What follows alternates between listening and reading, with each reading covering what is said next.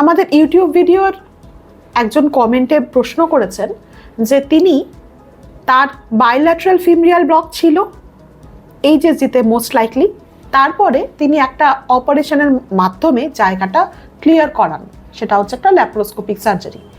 তারপর তিনি 9 ইয়ার্স ধরে ট্রাই করছেন, 9 বছর, স্টিল তিনি কনসিভ করতে পারেননি। আমার কাছে প্রশ্ন করেছেন এখন কি করা উচিত।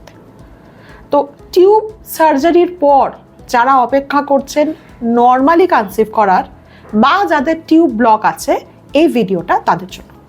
আমি doctor Sutapa Sen, gynaecologist and fertility specialist, director Sampurna women care and IVF.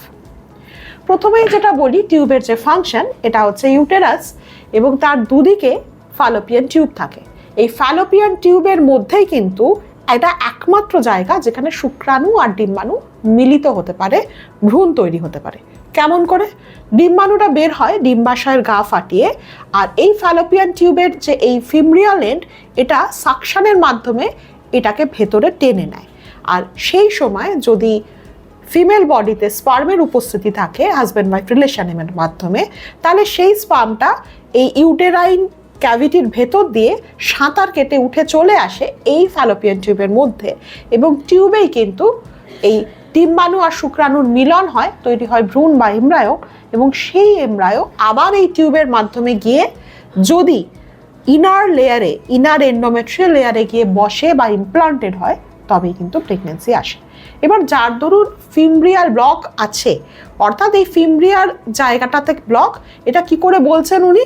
না, এইচএসজি একটা এমন একটা প্রসেস, একটা ডায়াগনস্টিক টেস্ট, যেখানে এখান থেকে একটা ক্যানুলার মাধ্যমে ডাই পাঠানো হয়, সেই ডাইটা এই টিউবের মধ্যে দিয়ে যাচ্ছে কিনা, পেরিটোনিয়াল ক্যাভিটিতে পড়ছে কিনা দেখা যায়। ডাইটা হচ্ছে রেডিও ওপেক, অর্থাৎ এক্সরের মাধ্যমে আমরা সেই ডাইটাকে দেখতে পাই। মানে আমরা কিন্তু অর্গানগুলো দেখতে পাচ্ছি না, খালি সেই ডাইটা যেখান দিয়ে যাচ্ছে সেটা দেখতে পাচ্ছি। এবার ধরুন ডাইটা টিউবের মধ্যে দিয়ে গেছে, এত অবধি গেছে, দুদিকেই তাই, আর তারপর যায়নি, অর্থাৎ পেরিটোনিয়াল স্পিলেজ হয়নি, তার মানে ধরে নেওয়া হচ্ছে যে ফিমরিয়াতে ব্লক আছে। আচ্ছা, এবার এই ফিমরিয়াতে যদি ব্লক থাকে তাহলে অবভিয়াসলি ডিম্বাণুটা তো এর ভেতরে আসবে না। আচ্ছা, এবার উনি বলেছেন যে ল্যাপ্রোস্কোপিক সার্জারির মাধ্যমে এটাকে ক্লিয়ার করা হয়েছে। সেটা কিভাবে করা পসিবল? ল্যাপ্রোস্কোপি দ্বারা আমরা একটা ছোট ক্যামেরা পেটের মধ্যে ঢুকিয়ে, কিছু ইনস্ট্রুমেন্ট ভেতরে ঢুকিয়ে আমরা প্রথমে তো দেখি, আগে আবার ডাই টেস্টটা লাইভ করা হয়, করে দেখা হয় আদৌ কোনো ব্লক আছে কিনা, কারণ অনেক এইচএসসিটা তো লাইভ প্রসিডিওর না, ডাই দেওয়া হয় দেন ছবি তোলা হয়। এখানে আমি লাইভ পাচ্ছি, মানে আমি যখন ডাই পুশ করছি সেই সময় ক্যামেরাটা ভেতরে আছে, আমি দেখতে পাচ্ছি ডাইটা আসছে না আসছে না। এবার ধরুন আসলো, এতটা অবধি আসলো, আমরা দেখতে পাচ্ছি, কালার দেখা যায় টিউবের মধ্যে দিয়ে। পরে আমি চেষ্টা করব একটা ভিডিও দেওয়ার। আচ্ছা, তো এইটা আসার পর যদি দেখি যে ঠিক এই জায়গাটায় অসুবিধা, তাহলে মেবি ল্যাপ্রোস্কোপিক ইনস্ট্রুমেন্টের সাহায্যে, এখানে ধরুন কিঙ্ক হয়ে আছে, কোথাও কোনো অ্যাডহেশন ছিল, সে কিঙ্কটাকে কেটে দেওয়া হলো, বা ধরুন সিজারটা ঢুকিয়ে মুখটা একটু ডাইলেট করে দেওয়া হলো, এটা করে আবার ডাই পুশ করা হলো, দেখা গেল ডাই চলে আসছে, অর্থাৎ ডাই টেস্ট পজিটিভ। আমরা সাধারণভাবে এতেই খুশি হয়ে যাই, আমরা কি ভাবি টিউবের ফাংশন ঠিক হয়ে গেল, এবং যার করছে তিনি খুব তাড়াতাড়ি কনসিভ করবেন। সত্যি কি হয়? বেসিক্যালি এই যে টিউবটা ড্যামেজ হয়, সেটা যে শুধুমাত্র, দেখুন টিউবের কাজ তো এটা নয় যে উল্টো দিক থেকে ডাই পুশ করা হবে সেটাকে পাস করা, এটা ওর কাজ নয়। ওর কাজ হচ্ছে ডিম্বাণুটাকে ওর ভেতরে নিয়ে আসা, এবং তার জন্য শুধু টিউবটা খোলা থাকলেই হয় না, টিউবের ভেতরে একটা সাকশন ফোর্স লাগে, কারণ বুঝতেই পারছেন ওভারিটা এখানে, তো এই ডিম্বাণুটাকে টানতে হবে, এবং টিউবটাকে এরকম বেঁকে ওই যেখানটা ডিম্বাণু বেরোবে সে জায়গাটা অ্যাসেস করতে পারে টিউব কেমোট্যাকটিক প্রসেসে। সেই পদ্ধতিতে টিউবের মুখটা গিয়ে ওভারির গায়ে বসে এবং সাক করে টেনে নেয় ডিম্বাণুকে, এবং শুধু সেখানে শেষ হয় না, টিউবের ভেতরে প্রচুর সিলিয়া থাকে, সেই সিলিয়াগুলো কি করে ডিম্বাণুটাকে নিজের দিকে টেনে নেয়, এবং সেই সময় আবার এই পার্টটা এবং ইউটেরাইন পার্টটা শুক্রাণুকে উপরে যেতে এবং ডিম্বাণু অবধি পৌঁছতে সাহায্য করে।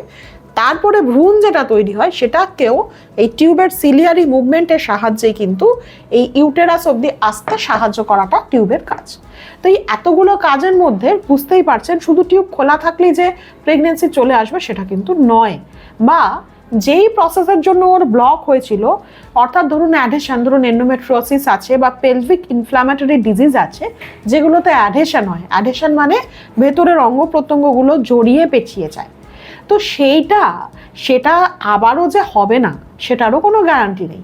তো ধরুন টিউবটা খুলে দেওয়া হলো, এক হচ্ছে জিনিসটা আবার ফিরে আসতে পারে, দুই হচ্ছে টিউব খোলা থাকা মানেই টিউবের ফাংশন পুরোপুরি পাওয়া নয়। এবং আরেকটা জিনিস যেটা নিয়ে আমরা সবচেয়ে অডিট থাকি সেটা হচ্ছে মেয়েদের বায়োলজিক্যাল ক্লক, সেটা কিন্তু মানে ডিম্বাণুগুলো কিন্তু আস্তে আস্তে বেরিয়ে যাচ্ছে, সেটাকে আমরা ফিরিয়ে আনতে পারি না। ঠিক যেমন বয়স হলে দাঁত পড়ে যায়, আমরা কিন্তু কোনো ওষুধ দিয়ে সেই দাঁতটাকে আবার ফেরত আনতে পারি না।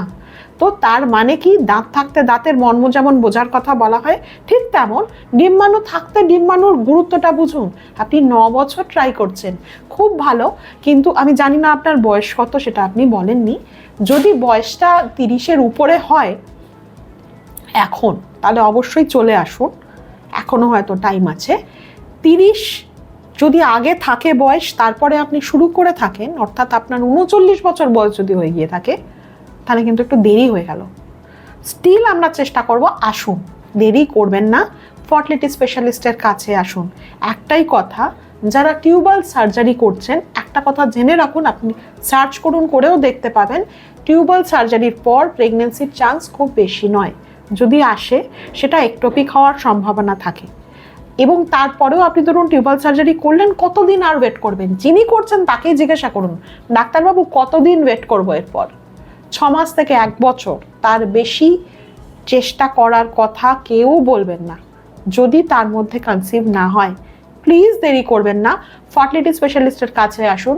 যতদিন আপনার ডিম্বাণু আছে সেই ডিম্বাণুকে গুরুত্ব দিন, মর্ম বুঝুন, কারণ একবার চলে গেলে তাকে আমরা ফেরত আনতে পারবো না, এখনো অবধি এমন কিছু আবিষ্কার হয়নি।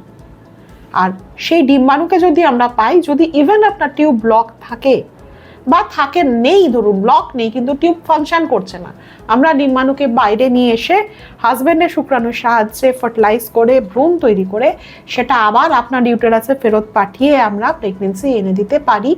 সে আপনারই সন্তান হবে, আপনার ডিম্বাণু মানে মহিলার ডিম্বাণু এবং হাজব্যান্ডের শুক্রাণুর সাহায্যে।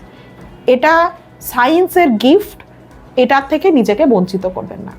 ভালো থাকবেন, আর কোনো প্রশ্ন থাকলে অবশ্যই জানাবেন। নমস্কার।